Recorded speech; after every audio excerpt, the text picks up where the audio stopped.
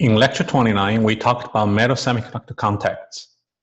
We first talked about the equilibrium band diagram, and we talked about IV characteristics of Schottky junctions under forward and reverse bias, and finally we talked about how to form ohmic contacts.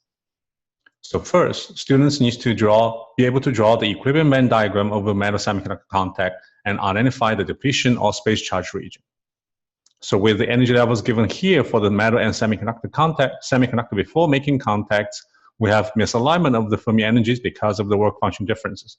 That will cause a redistribution of the charges, and we will form the space charge region where the electrons move away from the semiconductor to the metal, and that causes the setup of the building potential, a building field and a building potential, and then causes the potential energy for electrons to decrease in the semiconductor side. Eventually, that cause a alignment of the Fermi energy throughout the system.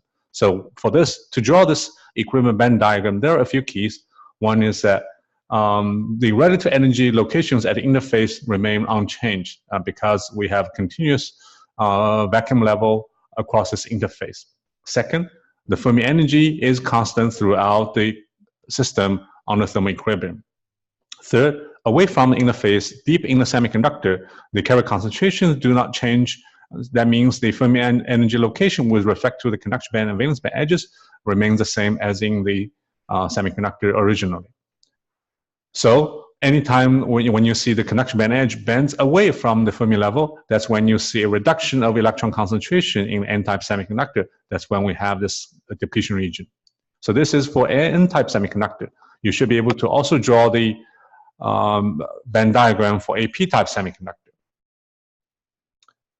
And the second outcome is that students should be able to calculate the values of the Schottky barrier height, band bending, and building potential. So again, looking at this band diagram, we can identify the Schottky barrier height at the interface. This is a barrier for electrons to go from the metal to the semiconductor, which is really the difference between the metal work function and the semiconductor electron affinity. Also, the building electric field is set up in a direction from the semiconductor to the metal, and that causes a building potential.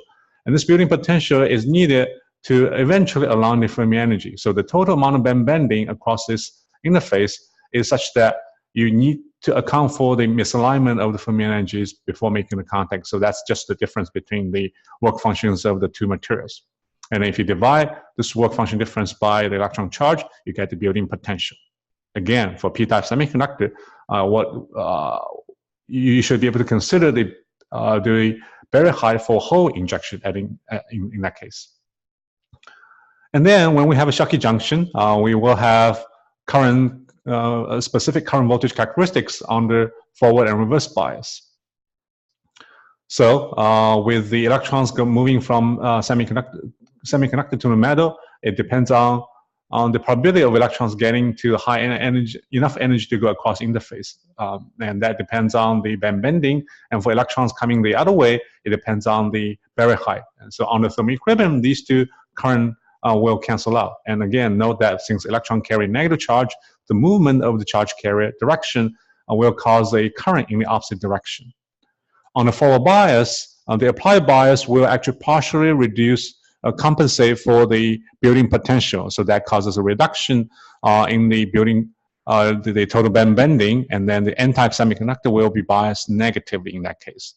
That will result in exponentially increasing current for electrons going from the semiconductor to metal, but the electron coming from the other way is unchanged because the barrier height remains unchanged.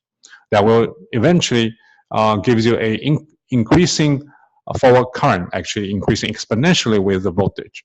On the reverse bias, we will have an increase in the band bending because the bias polarity will be reversed. In that case, the current for electrons moving from semiconductor to metal will be negligible, but the current from the other way will remain unchanged. It's still small, so that's why we overall going to have a negligible current. So overall, we have this so-called rectifying behavior. On the forward bias, current goes almost exponentially with the voltage, and on the reverse bias, current will be saturated to a very small value given by J0. So that J0 is the so-called reverse bias saturation current. Overall, the IV characteristics follow this so-called Schottky diode equation.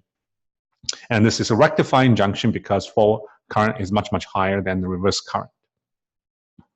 The last student learning outcome is to describe two different ways to form ohmic contact. The reason we have a Schottky contact is because we have a very high added interface. And that's caused when we have a metal having a higher work function than a semiconductor. So if we want to eliminate that very high, we need to find a metal with smaller work function than a semiconductor, n-type semiconductor, as we show here.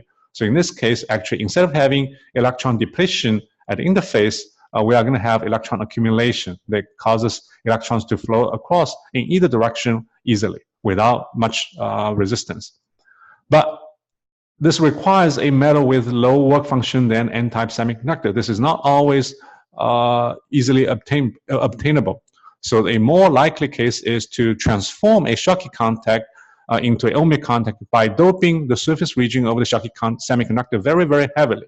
In this way, we can reduce the depletion region width, because depletion region width scales inversely with the square root of the doping concentration. So when the doping concentration is so high such that the depletion region is only a few nanometers or less, electrons can actually directly tunnel through. That will eliminate the resistance for electrons going in either direction. That's a more general way of forming ohmic contacts. This is the end of the review.